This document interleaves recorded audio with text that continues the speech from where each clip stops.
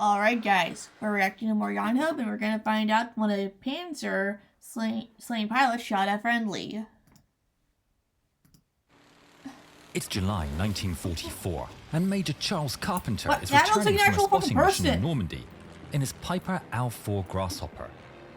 As soon as he lands, an Also, the volume's a little loud for me. I am going to quickly adjust that.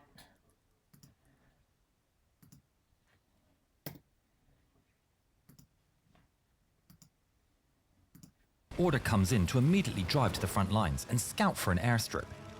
Copy that. His yet unnamed like their fighting second Grasshopper, most with recent bazookas video. strapped under its wings, will have to wait for a taste of combat. In a jeep, Carpenter speeds through the French countryside, as close to the front line as he can. Coming round a bend near Avranches, he spots a platoon of 5 M4 Sherman tanks. Holy They're in shit. full reverse, all the while under heavy fire. Carpenter frowns. He'd been flying above this countryside for days and hadn't seen any German force large enough to push back the Americans. What is Carpenter going guns the on? accelerator to get closer. The Germans have control of a nearby town and Uh-oh. have the Americans pinned. The US forces are in disarray as 88mm rounds slam into their positions. Oof. Carpenter brakes sharply and the jeep skids to a halt. He runs towards the tanks and into a ditch. He's not alone. Taking cover, US infantry are already there. What's going on?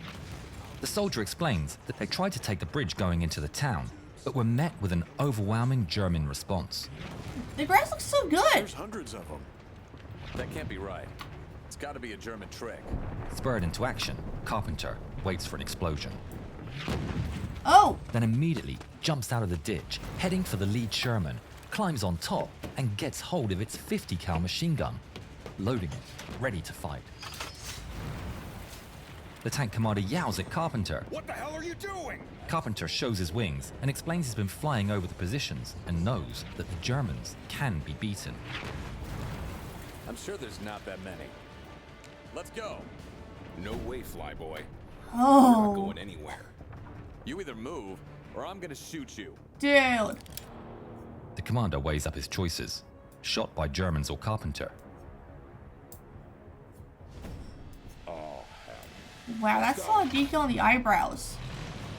He makes a decision and the Sherman tank roars to life and pushes towards the bridge.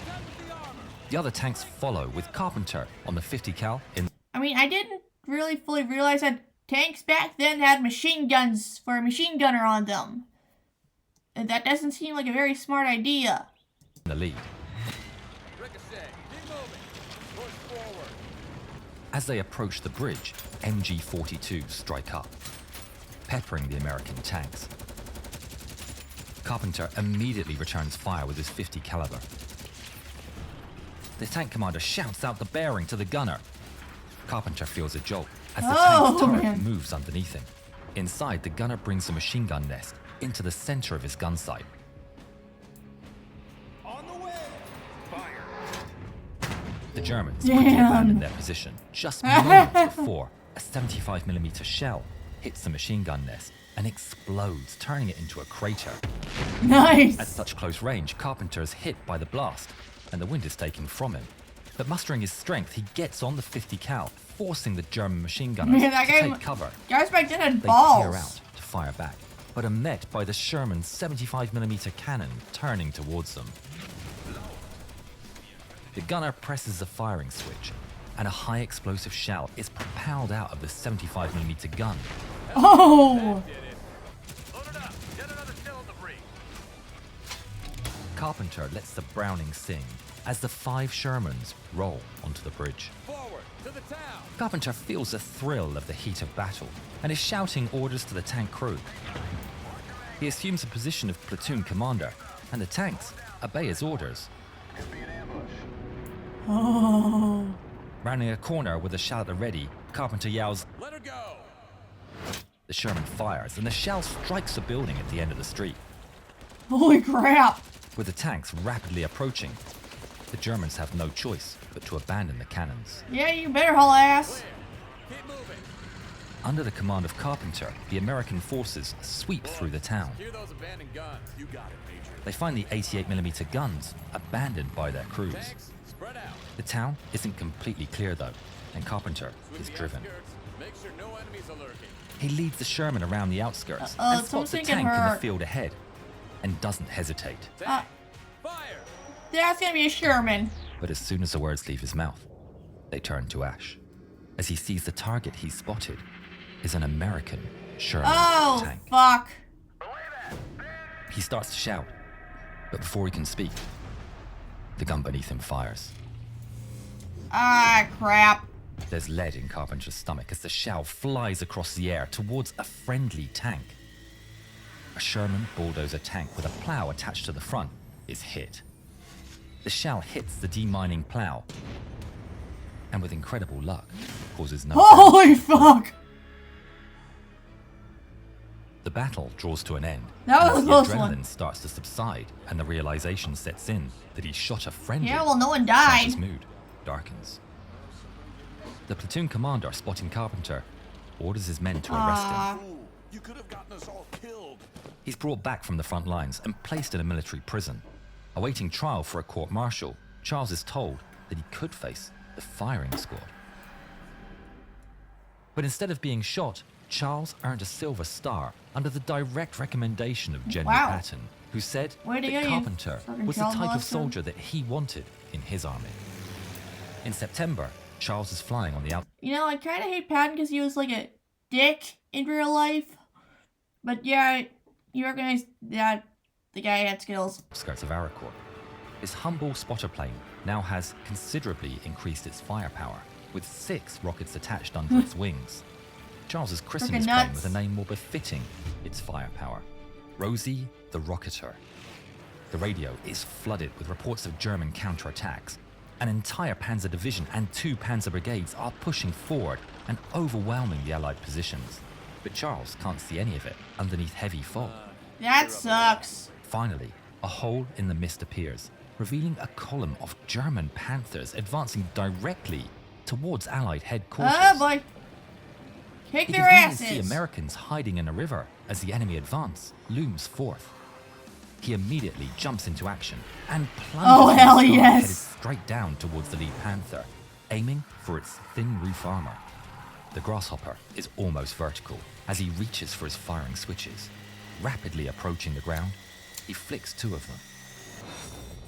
2 rockets fire off the tubes. They power into the earth right next to the lead Panther with 2 thunderous explosions before Carpenter pulls up from his dive right above their heads. He looks back. It's a miss. Darn it. Einer von diesen verrückten Spähern mit Raketen. The Germans raise their small arms and open fire at Carpenter's Al-4. Bullets whiz past his canopy, and a couple of holes are punched through the wings, but they do little against Rosie the Rocketer's fabric construction. On the ground, stranded Americans are surprised by the explosions, and they have a front seat That's view like really good as they water. watch the spotter plane turning back for another rocket run. But this time, the Germans are Oh ready. shit. They take cover behind their armor and open fire upon Carpenter. Bullets crack all around and more holes are punched through his plane. Dude. But he's undeterred, jinking left and right as much as he can to throw off the Germans' aim as he barrels down towards them. He flicks 2 more switches. The 2.3-inch high-explosive anti-tank rockets fire off their tubes and directly towards the Panther, slamming into its roof. The tank immediately starts to smoke. The crew inside know they're done and quickly exit the tank just as flames surge out of the hatches. That's 1 down, but there's a lot more to go. Carpenter pulls Rosie around in a turn for 1 more run and instantly faces a deluge of bullets. Oh More shit. holes appear in his wings as he sets his Oh, sights on a man. half-track, with enemy fire pinging all the while on Rosie's Dude. fuselage. Charles feels a patter of impact, but Ah, he has shit. faith in Rosie, Come on, old girl. takes aim, Oh boy. and fires. I think it does have doors. No, he does have doors. I think The it has half-track doors. explodes into a Oh. ball of flame. Watching from the distance, the stranded Americans quietly celebrate the heroic Grasshopper, but Charlie is forced to fly off, out of ammunition. He makes it back to base, and he and Rosie return with a full load of rockets. On the ground, the American soldiers are amazed as they see Rosie coming back into the fight. Charles fires at a half-track that goes up in flames. Does that thing have doors or not? Then, a second Panther. I think it has doors. Oh, Turritos! Panther! He's got another Panther! I rarely put my head above water, but my name is David Webb, and I'm the narrator and head of Yarn. You can invest in us and become a terrified men in Yarn Hub. Click the link in the description to find out more.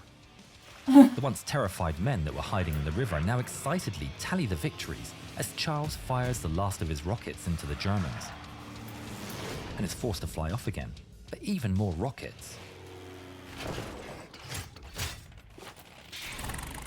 Carpenter rearms a second time. Now more of the fog is cleared and enemy movements Yeah, are it does starting have to become doors visible. and windows. He can see Panzer IVs stalking up behind 4 US M18 Hellcats. In a rush, he dives into the attack, flying above the Hellcats as he goes. He hurriedly takes aim and fires off 4 rockets into the formation of Germans. What is he? Enemy behind us. Turn around. Carpenter smiles to himself as he sees the Hellcats turning their turrets as he flies off and the battle kicks off underneath. Hell yeah! Thanks to Charles's actions, the Hellcat platoon spotted the surprise attack and the German column was stopped in its tracks. Later that evening, the 6 American soldiers Charles had saved slipped into the dark and returned to safety, where they gave a full account of what they saw that day. The engagement They're earned him a getting nickname that he balls. carried for the rest of his life, Bazooka Charlie. Hell yeah! The plane was lost at the end of the war, being sold off Aw. as surplus. What happened That was to until her? 2017 Oh, hell yeah. when Joe Shale, an aviation enthusiast, found that Rosie the Rocketer still existed, Fuck hanging from a yes. ceiling in an Austrian aviation museum in civilian colors. The museum had no idea that in their collection was the most famous Al-4 Grasshopper of them all. The Collins Foundation acquired the plane and set out to restore it to its wartime glory. The now fully flight-worthy Al-4 Can it even still has its launch original paint job rockets? and is on display in the American Heritage Museum. The Rosie the Rocketer nose art was completed by Major Charles Carpenter's granddaughter. Charlie saved our behinds, but it was still not an easy fight. Watch this film and see what happened after he flew away. I think that one is up next. No, wait, that's the wrong button. Actually, we are gonna be watching something else. I mean, I like that video. I mean, that was fucking awesome. I'm going to quickly look up the, what was it called?